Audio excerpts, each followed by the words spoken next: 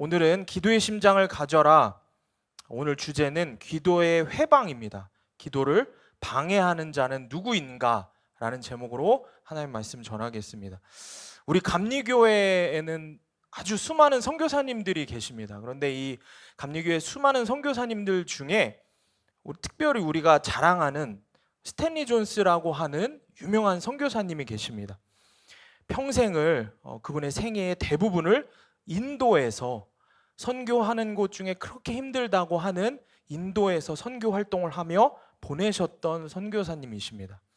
근데 이 스탠리 선교사님의 디바인 예스라고 하는 책을 보면은 선교사님 자신의 간증을 이야기하는 아주 귀한 이야기가 있습니다. 선교사님이 평생을 열심히 인도에서 선교를 하시다가 그만 69세가 되셨을 때 선교지에서 중풍에 걸리셔서 본국으로 돌아오시게 됩니다. 병원에 입원하게 된 우리 선교사님에게 의사가 내린 진단은 나이가 이제는 너무 많이 드셔서 나이가 연로해서 다시 일어나기가 힘들 것이라고 하는 진단이었습니다. 그런데 이 선교사님은 그런 의사의 진단에 낙심하지 않으셨습니다. 낙심하지 않고 중풍으로 누워 있으면서도 간호사에게 이렇게 부탁을 했다고 합니다. 아침에 나를 보러 올 때 굿모닝이라고 인사하지 말고 나사렛 예수의 이름으로 명하노니 일어나라. 이렇게 말해주세요 라고 부탁을 했습니다. 말로라도 매일같이 일어나라 라는 주님의 말씀을 듣고 싶었던 것입니다. 간호사는 황당하기도 하고 어색하기도 했지만 환자의 부탁을 거절할 수가 없어서 매일 아침 스탠리 선교사님 병실로 들어서면서 큰 소리로 외쳤습니다. 나사렛 예수의 이름으로 명하노니 일어나라. 그렇게 외쳤습니다. 이렇게 간호사가 선교사님에게 매일 아침마다 이런 믿음의 선포를 했습니다. 어떻게 됐을까요? 기적이 일어났습니다. 나이가 연로해서 중풍으로 일어나기 힘들 것이라는 의사의 진단을 뒤엎고 5개월 만에 벌떡 일어나셨습니다. 선교사님이 일어나셔서 자리를 털고 일어나셔서 그것도 모자라서 세상에 20년 동안 건강하게 살면서 계속해서 사역을 하시다가 하나님의 부르심을 받으셨습니다. 스탠리 선교사님은 자신의 믿음을 간호사의 입술을 통해서 선포한 것이었습니다. 그리고 그의 믿음이 담긴 이 간호사의 선포에 하나님께서 놀라운 기적으로 답하시는 것입니다. 사랑하는 성도님들, 왜 기도하십니까? 성도님들 무엇 때문에 기도하십니까? 그리스도인들은 왜 기도를 합니까? 기도가 곧 능력이기 때문입니다. 믿으십니까? 기도의 자리가 곧 능력의 자리이기 때문입니다. 아멘? 그렇다면은 성도님들의 기도에는 능력이 있으십니까? 자, 오늘 말씀의 제목은 기도의 회방, 기도를 방해하는 자는 누구인가입니다. 무엇이 저와 여러분의 기도를 방해하는 것 같으십니까? 무엇이 저와 여러분의 기도가 능력이 없는 기도로 만들어 버리는 것 같으십니까? 바라기는 오늘 말씀을 통해서 내 기도를 방해하는 것이 무엇인지, 그래서 왜 내 기도에는 능력이 없는지를 깨닫고 돌이켜 회개하는 시간이 되기를 원합니다. 오늘 본문 마가복음 9장의 배경은 이렇습니다. 주님께서 3명의 제자를 데리고, 우리가 잘 알고 있는 유명한 이야기입니다. 변화산으로 데리고 올라가셨습니다. 그리고 그 사이에 한 아비가 산 밑에 남겨진 예수님의 제자 9명에게 자신의 아들을 데리고 왔습니다. 그 아비는 제자들이 자기의 불쌍한 아들을 고쳐주기를 바랬던 것입니다. 그런데 어떻게 됐습니까? 제자들이 귀신을 쫓아내지 못했습니다. 제자들에게 귀신을 내쫓아 달라고 부탁을 했는데 능히 제자들이 귀신을 쫓아내지 못하자 능력도 없으면서 사람들을 현혹하고 속이는 거 아니냐고 시비가 붙은 것입니다. 그렇게 한때 소란이 일어났는데 이때 예수님께서 돌아오시는 것입니다. 자초지정을 다 들으신 예수님께서 제자들에게 뭐라고 말씀하셨을까요? 오늘 본문의 19절 말씀입니다. 19절 말씀 우리 다 같이 한 목소리로 읽겠습니다. 시작. 믿음이 없는 세대여 내가 얼마나 너희와 함께 있으며 얼마나 너희에게 참으리요.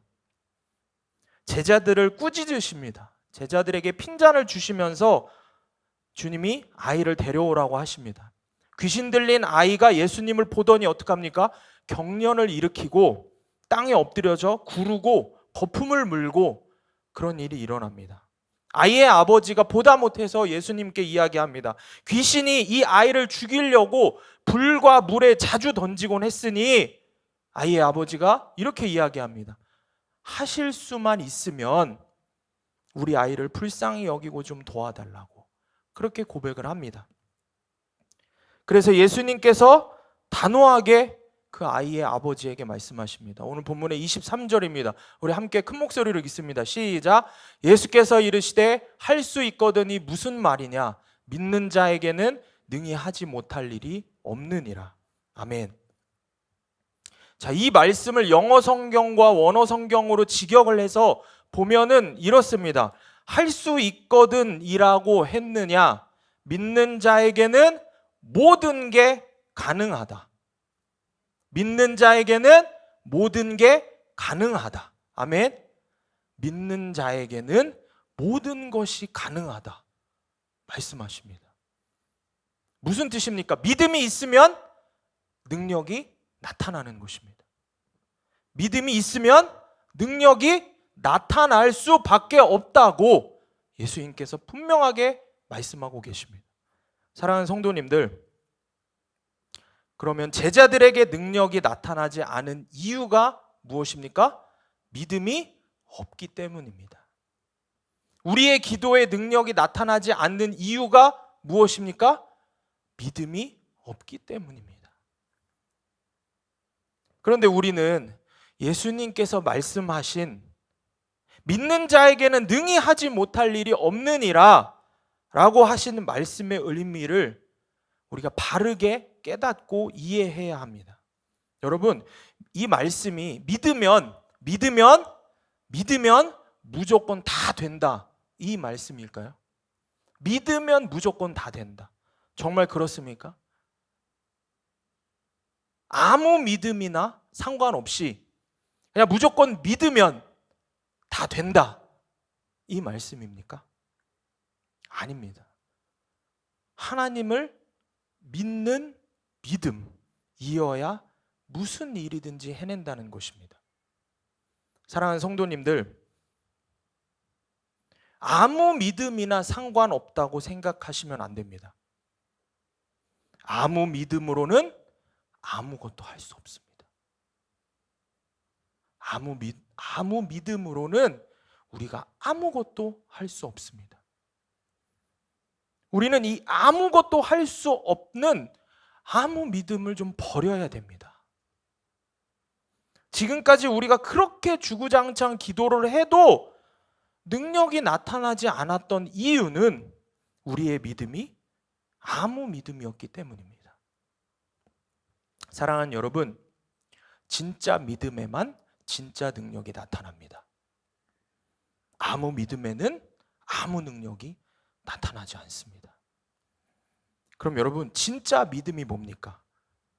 하나님께 내 자신을 온전히 내어드리는 것입니다. 온전히 내 자신을 하나님께, 나를 하나님 손에 전부 맡겨드리는 것입니다. 나의 삶을, 나의 자존심을, 나의 생각을, 나의 가정을, 나의 기업을 하나님 손에 맡겨드리는 것입니다. 그럴 때 하나님이 우리를 통해서 일하시는 것입니다. 아멘. 자신의 모든 삶을 내려놓고 선교사로 떠나는 사람들이 있습니다. 그들이 모든 것이 완벽하게 준비가 되어서 그렇게 오지로 목숨을 걸고 떠나는 것일까요? 그렇지 않습니다.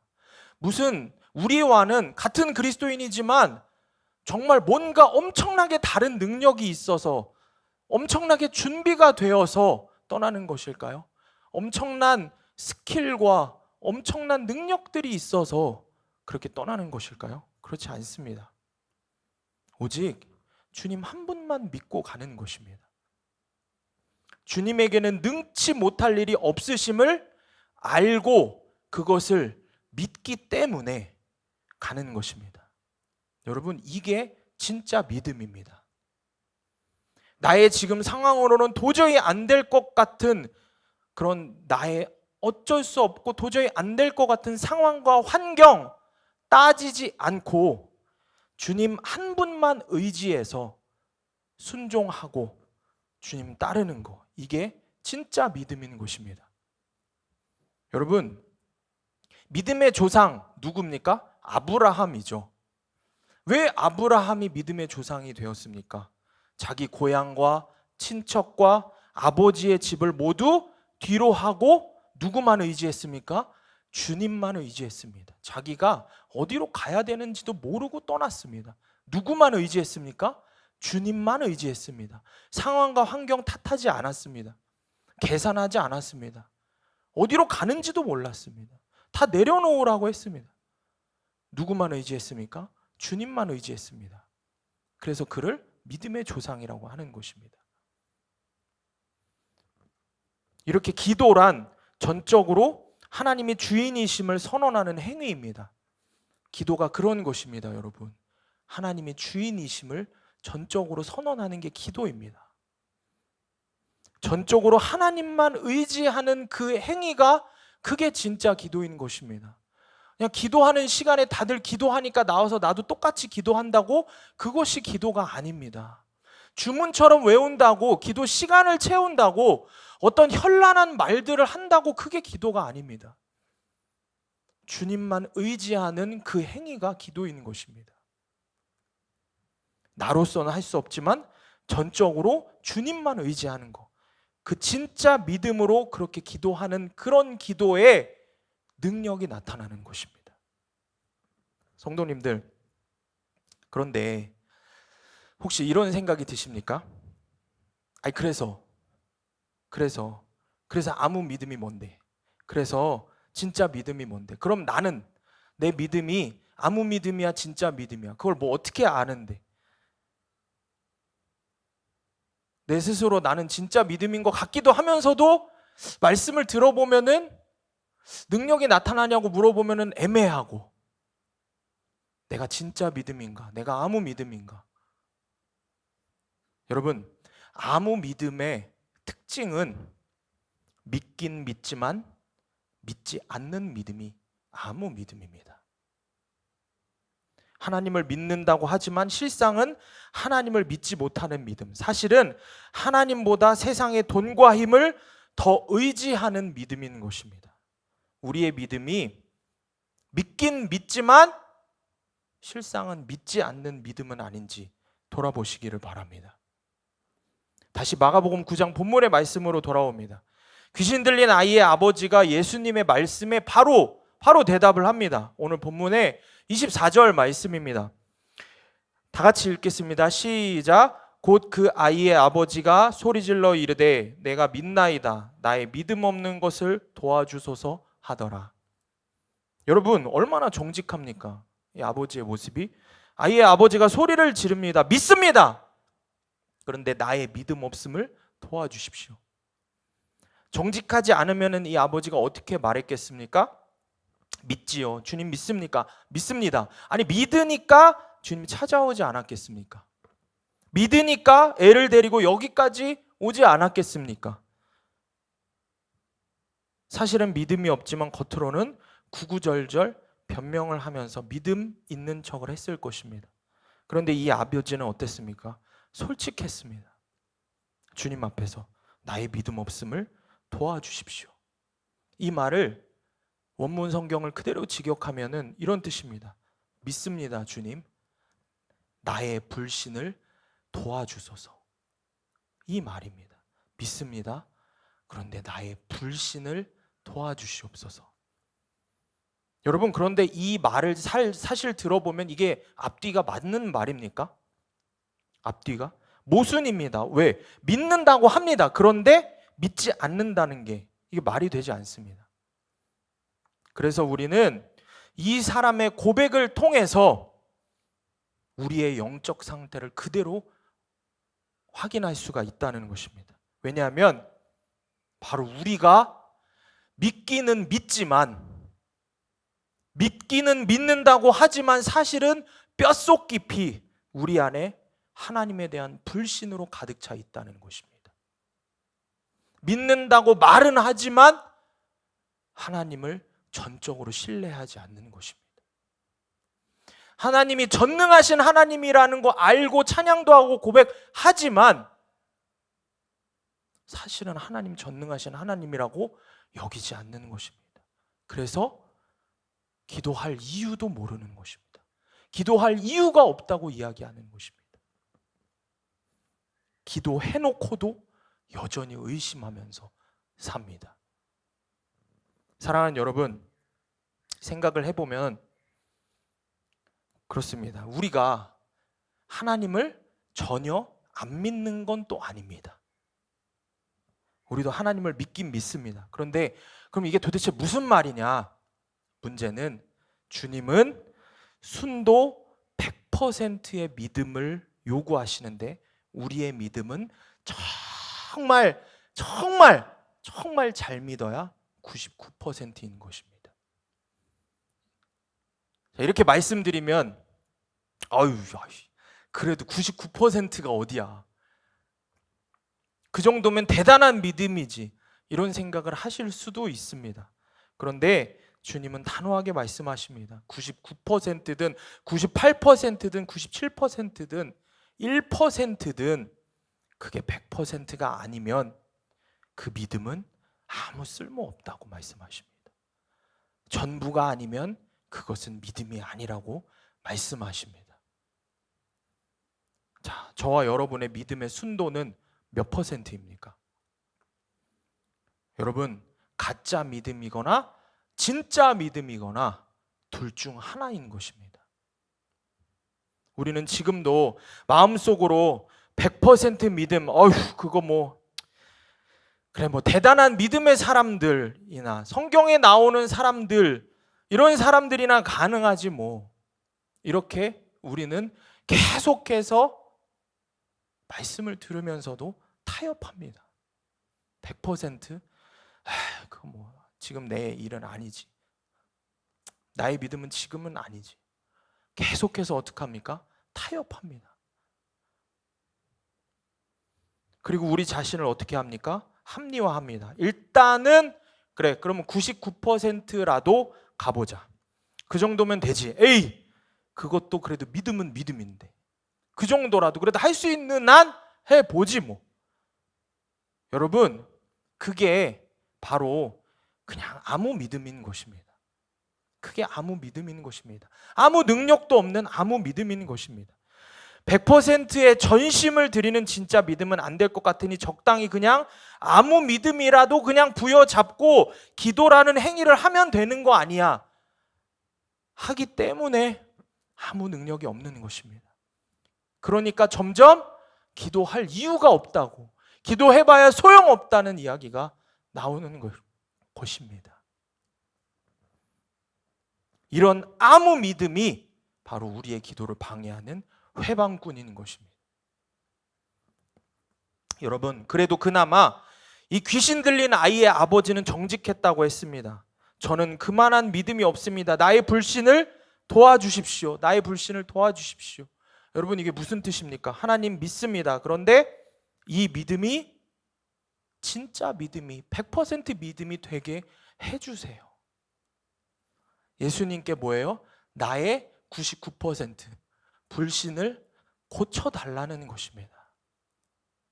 주님을 온전히 믿지 못하는 어줍지 않은 믿음을 도와달라는 겁니다. 정직한 것입니다. 믿음이 없지만 정직합니다. 그래서 이런 사람은 가능성이 있습니다. 가능성이 있습니다. 저희 교회에 중고등부에 고3짜리 친구가 한 명 있습니다. 지난달에 우리가 이제 복음을 영화롭게 하라 마지막 복음의 증인들이라는 주제로 우리 순회선교단 선교사님들이 오셔서 말씀을 전해 주셨습니다. 그리고 제가 학생 청년들에게 무조건 참석해, 무조건 참석해라, 무조건 참석해라, 복음 듣고 싶으면 무조건 참석해라, 그렇게 계속 이야기했습니다. 그랬더니 이 친구가 제게 기도를 부탁했어요. 자기가 정말 수요 저녁 예배 나와서 선교사님들 말씀 듣고 은혜 받고 싶은데 학원을 가야 된다고 하는 겁니다. 고3이라서 학원을 절대 빠질 수가 없는데 그래도 꼭 예배는 나오고 싶으니 전도사님 기도해 주세요, 그러는 겁니다. 그래서 제가 뭐라고 이야기를 했을까요? 제가 이렇게 이야기했습니다. 그래, 기도할게. 믿음으로 네가 기도하면 반드시 주님이 학원 선생님의 마음을 기적처럼 바꾸실 거야. 그래서 네가 선생님한테 부탁을 하지도 않았는데 갑자기 선생님이 그래, 너 교회에 선교사님들 오시지, 오늘 학원 쉬고 가서 빨리 은혜 받아라, 이런 기적을 허락하실 거야. 이렇게 이야기를 해줘야 되는데 제가 이렇게 얘기했습니다.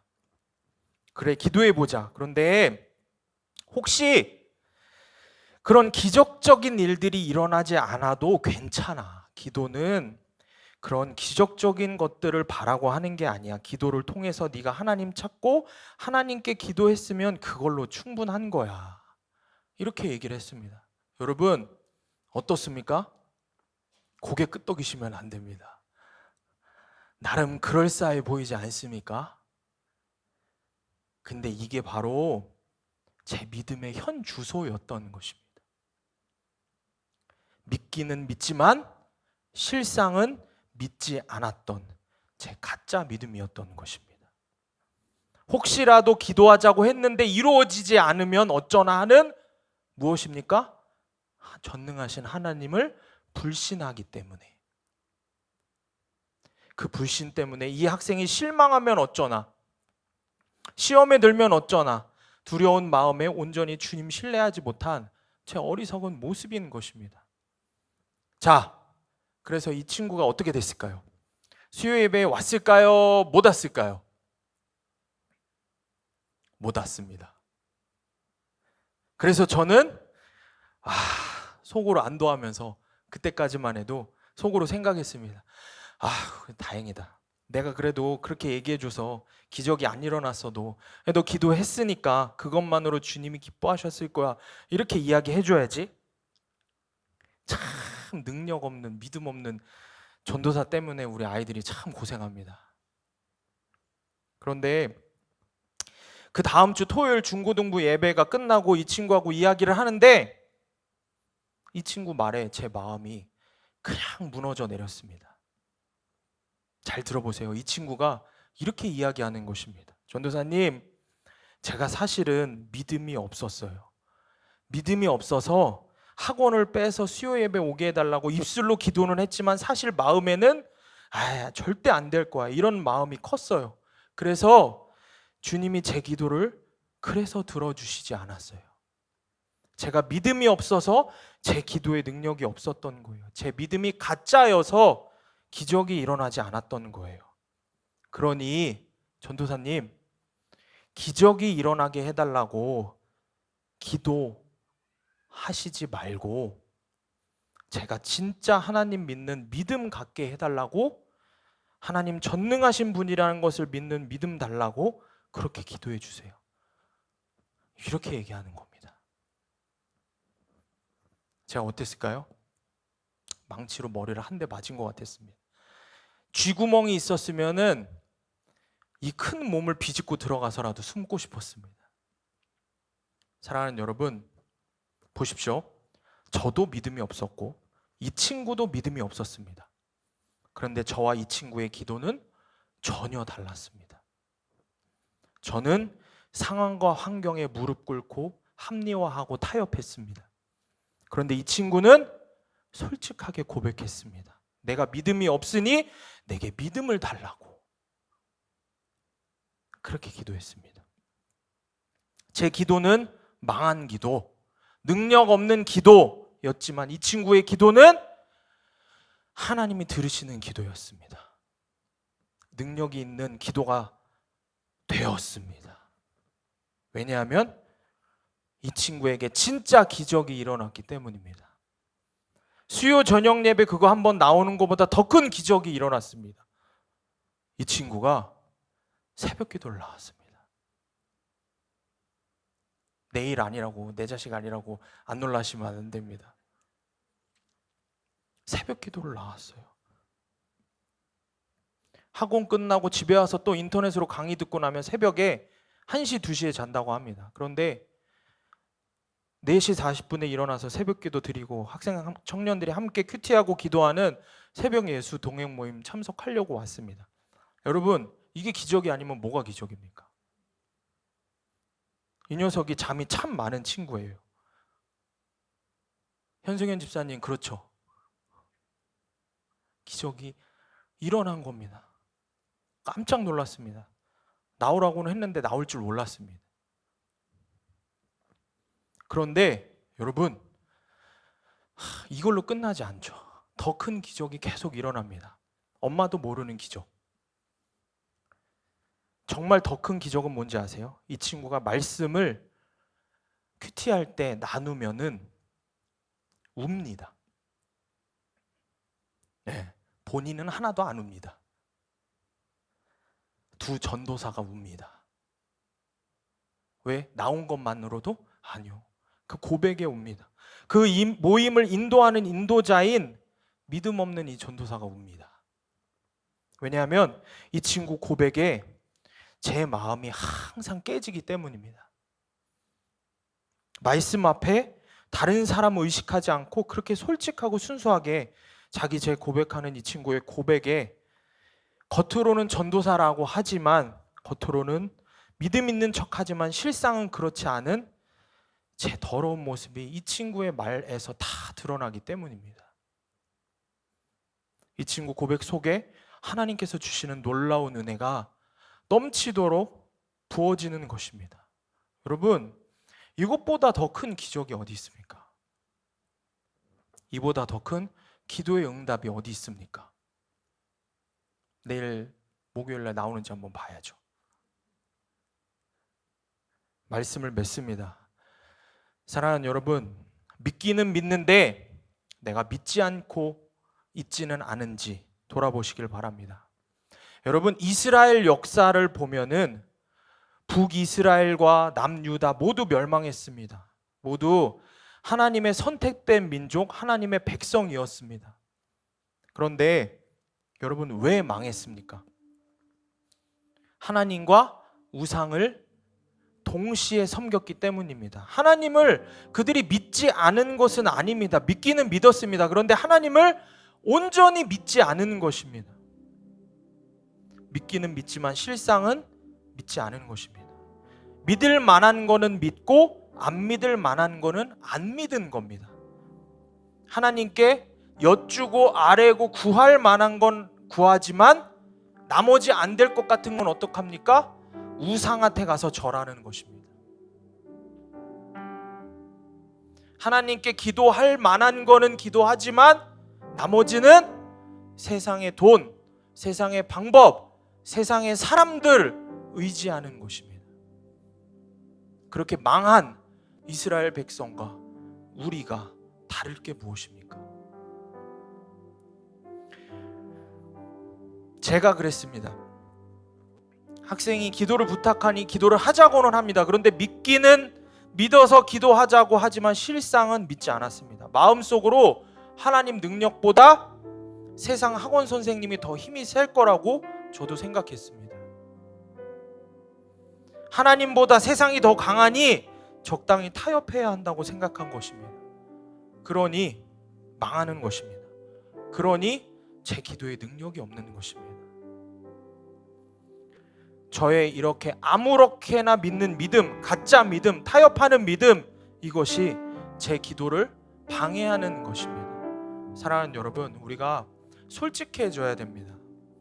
귀신 들린 아이의 아버지의 고백을 배워야 한다는 것입니다. 이 믿음 없는 전도사에게 가르침을 준 그 학생의 기도를 우리가 배워야 합니다.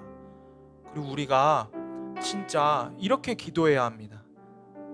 주님을 믿긴 합니다만 구멍이 숭숭 뚫려 있는 내 믿음을 불쌍히 여겨 주옵소서. 귀신들이 수시로 들락날락거리는 불신의 구멍들을 제 그 믿음을 제발 좀 막아주시옵소서. 세상의 돈과 힘을 뻑하면 의지하는 99%는커녕 1%도 안 되는 이 믿음을 주여 불쌍히 여겨 주시옵소서. 우리가 그렇게 기도해야 한다는 것입니다. 오늘 이 밤에 사랑하는 성도님들, 우리의 기도가 바뀌기를 원합니다. 아멘. 우리의 기도가 바뀌기를 원합니다. 나의 기도를 방해하는 나의 아무 믿음, 믿지만 실상은 믿지 않는 그 가짜 믿음을 고쳐달라고 우리가 주님 앞에 함께 기도하기를 원합니다. 그 기도의 회방꾼을 몰아냅시다. 기도의 회방꾼을 하나님 말씀 의지해서 주님, 나의 믿음 없음을 불쌍히 여겨달라고 고백하는 그 고백을 통해서 진짜 믿음을 소유하는 저와 여러분이 되기를 소원합니다. 우리 함께 찬양하시겠습니다.